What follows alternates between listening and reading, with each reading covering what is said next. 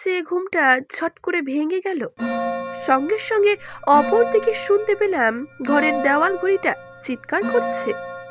চোখ না খুলেই ওই ঘুমের মধ্যেই একে একে গুনলাম রাত তখন 12টা। আরো দুটো শব্দ কানে এলো, গড়গড় করে বজ্র বৃষ্টিপাতের শব্দ। কিছুক্ষণ পর টেলিফোনটা আবার বেজে উঠল। নিজের ডাক্তারি জীবনকে ধিক্কার দিতে দিতে ধর্মর করে উঠে বসলাম বিছানার ওপরে। এই রাত দুপুরে কে ফোন করবে? নিশ্চয়ই কোনো রোগী। বিছানা ছেড়ে উঠে কলটা রিসিভ করলাম। হ্যালো, ডাক্তারবাবু বলছেন? হ্যাঁ ডাক্তার, ও ডাক্তার শিগগিরই আসুন, শিগগিরই আসুন আমার বাড়ি। কোথায় কোথায় তোমার বাড়ি? আমার আমার বাসায় আমার বাসার 7 নম্বর 7 লেন স্ট্রিট। তা তোমার অসুখটা কি হয়েছে? আমি আমি এখনই মারা যাব, আমার দম বন্ধ হয়ে আসছে ডাক্তার, আমি আর কথা কথা কইতে পারছি না, শিগগিরই আপনি আপনি শিগগিরই আসুন। আর কোনো সাড়া নেই, কলটায় রেখে দিলাম। জানালার ওপারে দাঁড়িয়ে রইলাম, ভাবতে লাগলাম যাবো কি যাবো না। জানালার ওপাশ থেকে দমকা ঝড়ো হওয়ার করাঘাত এলো, কিন্তু শেষমেশ ঠিক করলাম যাব। গাড়ির ভেতর থেকে টর্চের আলো ফেলে আবিষ্কার করলাম 7 সেন স্ট্রিটের 7 নম্বরকে। একখানি পুরনো ছোটখাটো দোতলা বাড়ি, প্রত্যেকটি জানালা এমনকি সদর দরজা পর্যন্ত ভেতর থেকে বন্ধ। দরজা জানলার ফাঁক ফোকর দিয়ে দেখা যাচ্ছে না একটি মাত্র আলো রেখাও।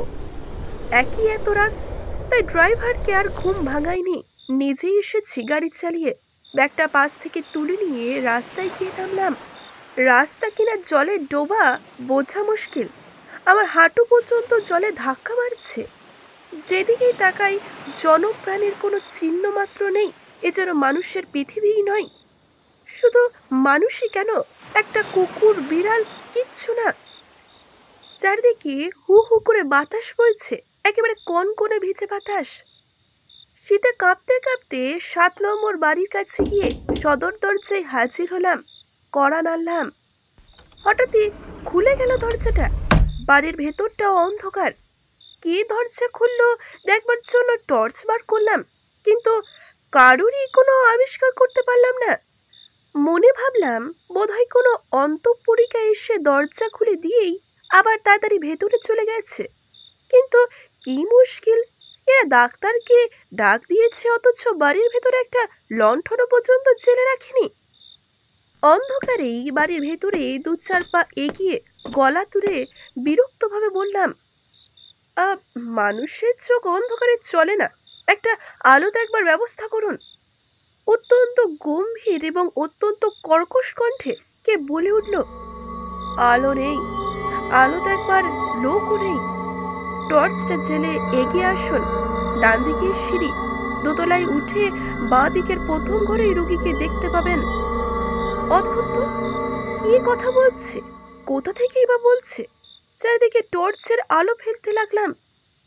সামনে দেখা গেল শুধুমাত্র একটি সরু পথ, তার উপরে ছাদ, দুই পাশে 2 দেওয়াল, কোথাও মানুষের ছায়া পর্যন্ত নেই। যে কথা বলল সে নিশ্চয়ই আমাকে দেখতে পেয়েছে, নইলে আমার টর্চের উল্লেখ করতো না। কিন্তু আমি তাকে দেখতে পাচ্ছি না কেন? ডাক্তার, ও ডাক্তার, দাঁড়িয়ে রইলেন কেন? তাড়াতাড়ি তাড়াতাড়ি উপরে আসুন। কণ্ঠস্বরটা আমার কানে আসতেই বুকের ভেতরটা আমার ছড়াৎ করে উঠল। সদর দরজাকে সশব্দে নাড়া দিয়ে বাড়ির ভেতরে আমি ঢুকে পড়লাম।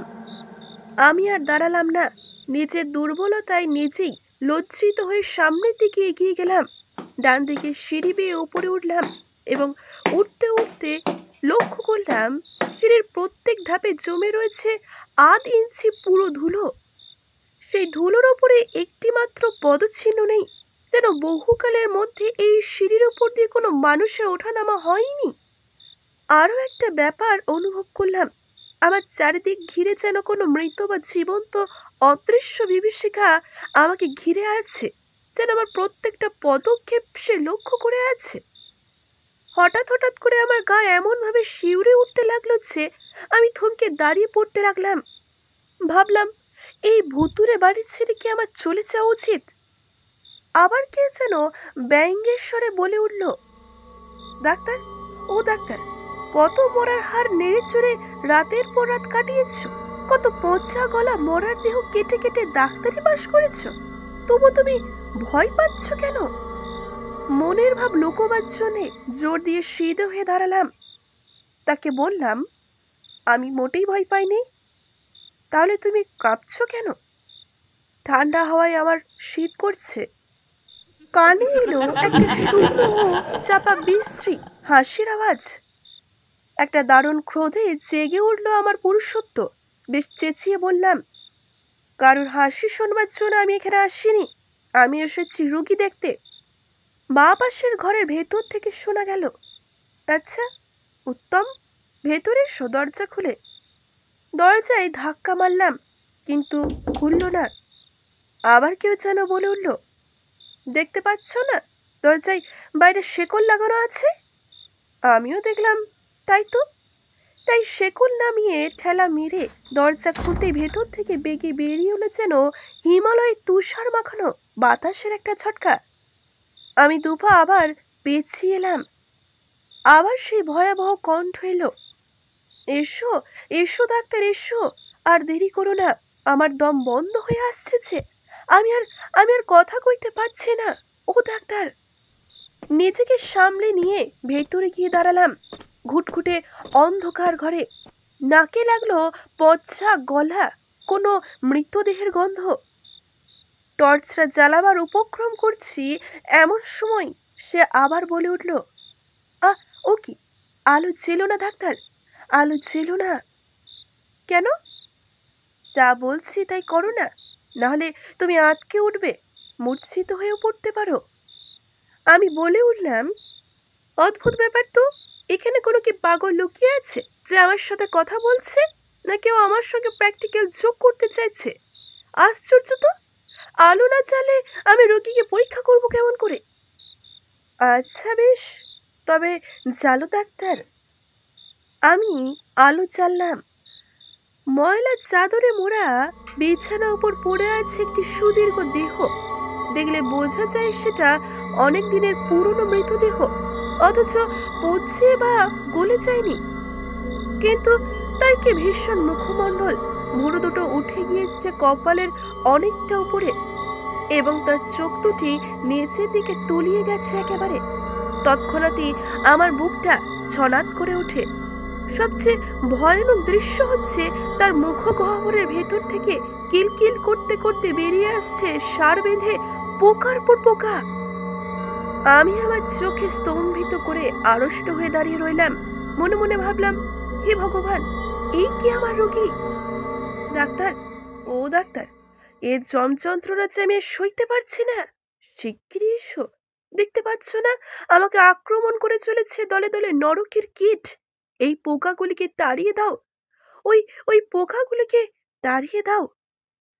বেশ বুঝতে পারলাম কে এতক্ষণ আমার সাথে কথা বলছে। তবে তার কণ্ঠস্বর নির্গত হচ্ছে বটে, কিন্তু তার কোনো নড়াচড়া নেই। পর মুহূর্তেই চোখের সামনে স্পষ্ট দেখতে পেলাম মৃতদেহটা টলমল করতে করতে উঠে বসছে।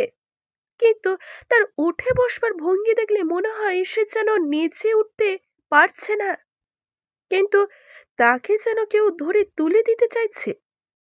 কিন্তু কে, কে সে, সে কোথায়? হঠাৎ করে এক সময় মৃতদেহ চোখের কোটর থেকে বেরিয়ে এলো আগুনের ফিনকি। সঙ্গে সঙ্গে আমি এক লাফে ঘর থেকে বেরিয়ে সোজা নিচে নেমে এলাম, এবং আমার সঙ্গে নেমে এলো সেই কণ্ঠস্বর, ডাক্তার, ও ডাক্তার, যেও না ডাক্তার। এরপর দিন তিনেক পরে সাহস সঞ্চয় করে এক সকালে কৌতূহল মনে আবার হাজির হলাম সেই 7 নম্বর সাতকড়ি সেন স্ট্রিটে। দেখলাম বাড়ির সদর দরজায় তালা দেওয়া, এবং বাড়ির দেওয়ালে ঝুলছে ভাড়াপত্র। এই বাড়ি ভাড়া দেওয়া যাবে?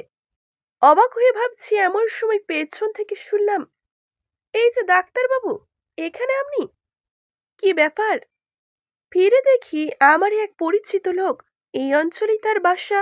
বললাম, আহ 3 দিন আগে এই বাড়িতে এক রোগী দেখতে এসেছিলাম, কিন্তু আজ দেখছি সদর দরজায় তালা দেওয়া। তিনি আমাকে বললেন, হ্যাঁ, কি বলছেন ডাক্তারবাবু? বাড়ি ভুল করছেন আপনি।